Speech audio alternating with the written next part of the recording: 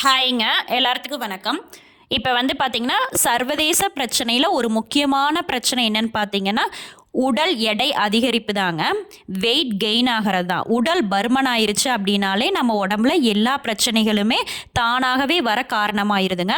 அதனால நாள்தோறும் எல்லாருமே எப்படியாவது வெயிட் லாஸ் பண்ணணும் அப்படின்னு தான் நெனைக்கிறோம். ஆனா வந்துட்டு அது மிக மிக கடினம். எளிதல்லங்க. நம்ம உடம்புல தேங்கி இருக்கிற கெட்ட கொழுப்புகள வந்து ஃபர்ஸ்ட்டு நம்ம கொண்டு வந்தோம்னா தான் டக்குன்னு வெயிட் லாஸ் ஆகும். பெஸ்ட் ரிசல்ட் கிடைக்குங்க.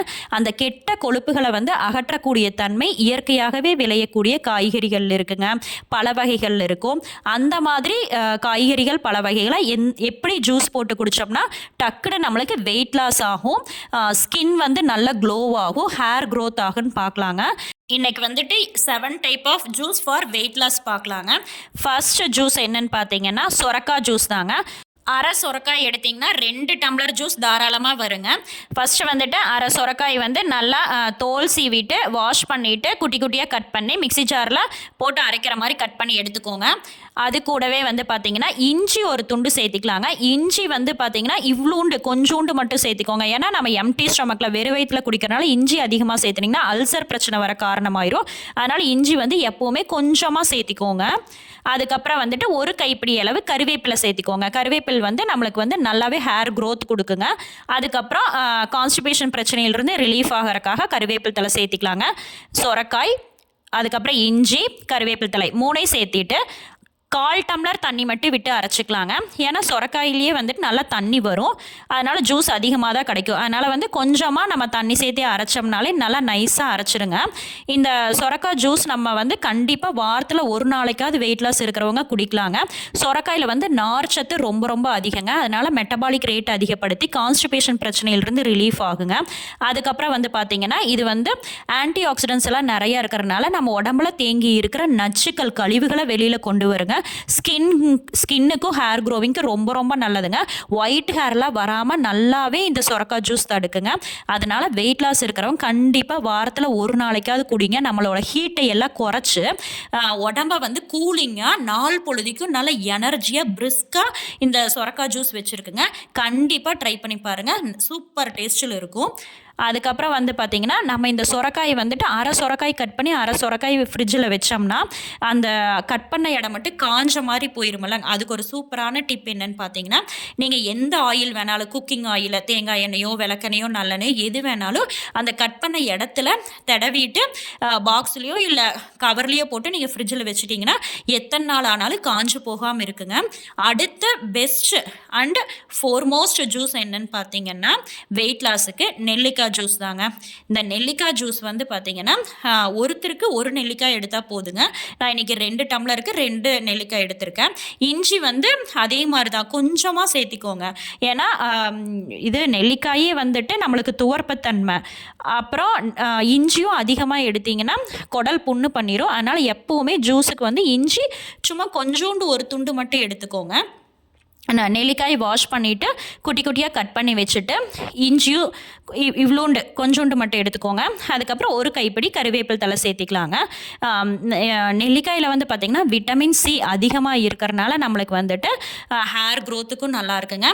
கருவேப்பில் தலை வந்து நீங்கள் எல்லா ஜூஸுக்குமே நம்மக்கிட்ட இருக்கிற அளவு ஒரு 2 கொத்து இருந்துச்சுன்னா 2 கொத்தை உருவி போட்டு அரைச்சிக்கலாங்க. அது வந்துட்டு நல்லாவே நம்மளோட மெட்டபாலிக் ரேட் அதிகப்படுத்தி நம்மளோட கெட்ட கழிவுகளை வந்துட்டு நெல்லிக்காயும் சரி கருவேப்பில் தலையும் நல்லாவே வெளியில் கொண்டு வர்றதுக்கு யூஸ் ஆகுங்க.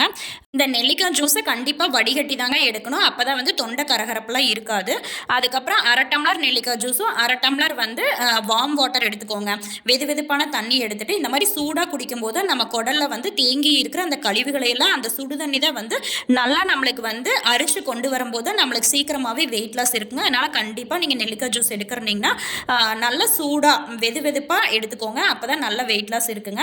கண்டிப்பாக நீங்கள் நெல்லிக்காய் ஜூஸ் குடிச்சதுக்கப்புறம் ஒரு அரை மணி நேரம் கழிச்சு ஒரு பழமோ ஆப்பிளோ ஏதாவது ஒன்று எடுத்துக்கிட்டாதான் அந்த அல்சர் பிரச்சனையெல்லாம் வராதுங்க. ஏன்னா தொவுறு தானே. அதனால் நெல்லிக்காய் ஜூஸ் எடுத்ததையுமே 1/2 அன் ஹவர் கழிச்சு பிரேக்ஃபாஸ்ட்டோ பழமோ ஏதாவது ஒன்று கண்டிப்பாக எடுத்துக்கோங்க. கண்டிப்பாக நெல்லிக்காய் ஜூஸ் வந்து வாரத்தில் 4 நாளைக்கு எடுத்திங்கன்னா பெஸ்ட் ரிசல்ட் இருக்குங்க. அடுத்தது வந்து பார்த்தீங்கன்னா கேரட் ஜூஸ் தாங்க. ஒரு கேரட் எடுத்தீங்கன்னாவே 1 டம்ளர் ஜூஸ் தாராளமா வருங்க. ஒருத்தருக்கு 1 கேரட் போதும். நல்லா வந்து நம்ம தோலெல்லாம் சீவி எடுத்துட்டு நல்லா வாஷ் பண்ணிட்டு இந்த மாதிரி துருகி எடுத்துக்கும்போது வந்து நம்மளுக்கு ஈஸியா மிக்ஸி ஜார்ல வந்துட்டு அரவிடுங்க. கேரட்ல வந்து பார்த்தீங்கன்னா கலோரி வந்து ரொம்ப ரொம்ப லோ. ஆனா வந்து நார்ச்சத்து ரொம்ப ரொம்ப அதிகங்க. நார்ச்சத்து அதிகமா இருக்கறனால நம்மளுக்கு வந்துட்டு டைஜஷன் ப்ராசஸ் ஈஸியாவே நடக்கும். அதுக்கப்புறம் இந்த கேரட் நம்ம சாப்பிடும்போது வந்து நம்மளோட கல்லீரல் இயக்கம் வந்து அதிகமாகுங்க. கல்லீரல் இயக்கம் அதிகமாகும் போது நம்மளுக்கு வந்து தேவையில்லாத கொழுப்புகளை வந்து கரைக்கும், ஈஸியா கரைக்குங்க. அதாவது பைல் செக்ரீஷனை வந்து இந்த கேரட் வந்து அதிகப்படுத்துங்க. நம்ம வந்து ஒரு கேரட் துருவி வச்ச கேரட்டும் தேங்காய் நம்ம வந்து ஒரு சில்லு தேங்காய் உள்ள ஆட் பண்ணி கேரட் ஜூஸ் போடும்போது நல்ல டேஸ்டா இருக்குங்க. பால் ஊற்ற வேண்டாம். பால் ஊற்றுனீங்கன்னா வெயிட் லாஸ் ஆகாது. அதனால தேங்காய் வந்து சும்மா ஒரு துண்டு தாராளமாக சேர்த்திக்கலாங்க. தேங்காய் வந்துட்டு நம்ம கொதிக்க வச்சு சாப்பிடும்போது அது வந்து பேடு கொலஸ்ட்ராலாக மாறும். அப்படியே ராவாக போட்டுக்கும் போது அது வந்து குட் கொலஸ்ட்ரால் தாங்க. அதனால் கேரட் ஜூஸுக்கு ஒரு கேரட் தேங்காய் ஒரு சில்லு போட்டு நல்லா 1/4 டம்ளர் தண்ணி விட்டு அரைச்சி எடுத்துக்கலாங்க. கேரட் ஜூஸ் நீங்கள் குடிக்கும்போது பார்த்தீங்கன்னா நல்லா நம்மளுக்கு வந்து ஸ்கின் நல்லா க்ளோ ஆகும். ஸ்கின் க்ளோவிங்க்கு வந்து இன்டேக் ரொம்ப ரொம்ப முக்கியங்க. ஹேர் க்ரோத்தும் இருக்கும். ஸ்கின் க்ளோவிங்க்கு பெஸ்ட்டு வந்து கேரட் ஜூஸுங்க. பைல் செக்ரீஷன் அதாவது நம்மளோட கல்லீரல் இயக்கத்தை அதிகப்படுத்துறதுக்கு கேரட் ஜூஸ் உதவும் போது வெயிட் லாஸுக்கு ஒரு சூப்பரான ட்ரிங்க் வந்து கேரட் ஜூஸுங்க. கேரட் ஜூஸ் வந்து நீங்கள் வாரத்தில் ஒரு நாளாவது கண்டிப்பாக எடுத்துக்கலாம். குழந்தைகளுக்கு கேரட் ஜூஸ் கொடுக்கும்போது நல்லா ஸ்கின் க்ளோ ஆகுங்க. அடுத்தது வந்து ஒரு பெஸ்டான ஜூஸ்ன்னே சொல்லலாங்க. ஆஷ்கார்டு ஜூஸ், நீர்பூசணி ஜூஸ் தாங்க. இது வந்து ஒரு மிகச்சிறந்த சக்தி வாய்ந்த ஜூஸுங்க. உடல் எடையை குறைக்கிறதா இருக்கட்டும், ஃபேட் பேர்னிங்காக இருக்கட்டும், நம்ம அடிவயிற்றில் தேங்கியுள்ள கெட்ட கொழுப்புகள் ரொம்ப நாளாக தேங்கியுள்ள அடிவயிற்று சதையெல்லாம் குறைக்கக்கூடிய ஒரே சக்தி வாய்ந்த ஜூஸ் வந்து இந்த நீர்பூசணி ஜூஸ் தாங்க. இதுவும் வந்து நம்ம ஒரு துண்டு எடுத்தோம்னாலே ஒருத்தருக்கு 1 டம்ளர் தாராளமாக வருங்க. ஒரு துண்டு கட் பண்ணதுக்கப்புறம் அந்த நீர்பூசணிக்காயை வந்துட்டு ரொம்ப நாள் வச்சிருக்க முடியாது. ஃபங்கஸ் ஃபார்ம் ஆன மாதிரி அழுகி போன மாதிரி ஆயிரும். அதனால வந்துட்டு நம்ம சமையல் எண்ணெய் எந்த எண்ணெய் வேணாலும் நம்ம அந்த கட் பண்ண இடத்துல தடவி விட்டு கவரில் போட்டு ஃப்ரிட்ஜில் வச்சுட்டிங்கன்னா நீங்கள் ஒரு வாரத்துக்கு வச்சுருந்தாலுமே அது வந்து அழுகி போகாதுங்க, கெட்டு போகாது. அதனால் ஆயில் அப்ளை பண்ணி ஸ்டோர் பண்ணிக்கோங்க. தோலெல்லாம் சீவிட்டு கண்டிப்பாக இந்த நீர்பூசணிக்காயில் உள்ள விதையில தான் அதிகமான நார்ச்சத்து இருக்குங்க. அதனால் விதையோடு நம்ம ஜூஸ் போடும்போது தான் அந்த அதில் இருக்கிற சக்திகள் வந்து நம்மளுக்கு முழுமையாக கிடைக்குதுங்க. ஒரு துண்டு நீர்பூசணிக்காயை வந்து விதையோடு சேர்த்து மிக்ஸி ஜாரில் ஆட் பண்ணிவிட்டு அது கூடவே வந்து நீங்கள் வந்து ஒரு 6-7 சீரகம் மட்டும் கொஞ்சோண்டு ஒரு கண்டிப்பாக ஒரு 6-7 சீரகம் மட்டும் போட்டுக்கோங்க. அதிகமாக போட்டிங்கன்னா அந்த கச்சல் வந்துடும். சீரகம் போடுறதுனால நம்மளுக்கு வந்து பிளட் சர்க்குலேஷனை சீராக வச்சுருக்குங்க. அது டேஸ்ட்டும் நல்லாயிருக்கும். ஒரு துண்டு மட்டும் இஞ்சி சேர்த்து நல்லா அரைச்சி எடுத்துக்கோங்க. இஞ்சியும் வந்துட்டு நம்மளுக்கு கொழுப்பை குறைக்கிறதுக்கு நல்லாவே ஹெல்ப்ஃபுல்லாக இருக்குங்க. அதுக்கப்புறம் வந்து பார்த்திங்கன்னா இந்த நீர்பூசணி ஜூஸ், ஆஷ்கார்டு ஜூஸ் வந்து நம்ம ரெகுலராக குடிக்கும்போது வந்துட்டு நம்மளோட உள் உறுப்புகள் இன்டர்னல் ஆர்கன்ஸோட ஃபங்க்ஷன்ஸ் எல்லாமே நல்லாவே இயங்குங்க. லிவராக இருக்கட்டும், பைல் செக்ரேஷனாக இருக்கட்டும், ஃபேட் பேர்னிங் பண்ணுற அந்த பைலோட இயக்கங்களாக இருக்கட்டும், இல்லை கிட்னி ஃபங்க்ஷன் எல்லாமே வந்துட்டு இந்த நீர்பூசணிக்காய் ஜூஸ் குடிக்கும்போது நல்லாவே அதிகப்படுத்துங்க. அதுக்கப்புறம் வந்து பார்த்திங்கன்னா கண்டிப்பாக இந்த நீர்பூசணிக்காய் ஜூஸ் வந்து வெயிட் லாஸ் அதிகமாக எடை இருக்கிறவங்க வந்து ரெகுலராகவே நீங்கள் காலையில் குடித்தோம்னா உங்களுக்கு வந்து ஒரே மாதத்துலேயே அடிவயிறெல்லாம் தொப்பையெல்லாம் வந்து நல்லா குறையிறது நம்மளுக்கே கண்கூட பார்க்கலாங்க. அதுக்கப்புறம் வந்துட்டு நம்ம வந்து இதில் வந்து 2-3 சொட்டு லெமன் ஜூஸ் புழிஞ்சு விட்டு குடிக்கும்போது டேஸ்ட்டும் நல்லா இருக்குங்க.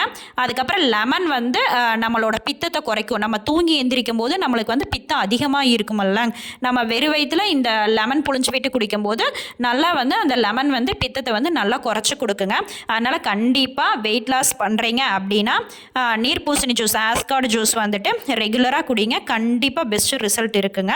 சூப்பரான ஜூஸுங்க இது.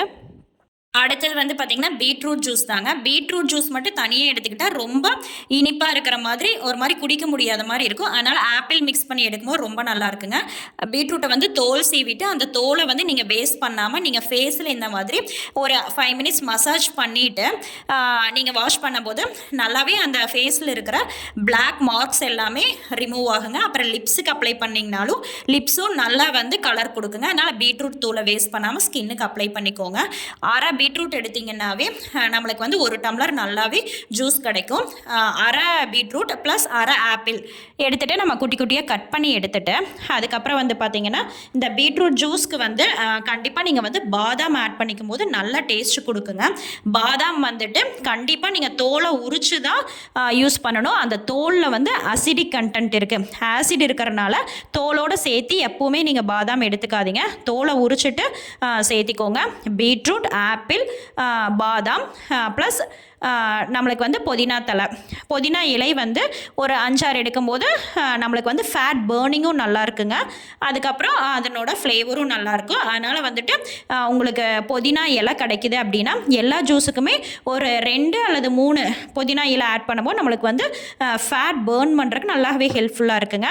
அதுக்கப்புறம் பீட்ரூட் ஜூஸுக்கெல்லாம் பார்த்தீங்கன்னா ஒரு துண்டளவுக்கு நீங்கள் வந்து தேங்காய் சேர்த்திக்கிட்டோம்னா நம்மளுக்கு வந்து கொஞ்சம் அந்த இனிப்புத்தன்மை வந்து கரெக்டாக ஒரு மேனேஜ் பண்ண மாதிரி இருக்கும்.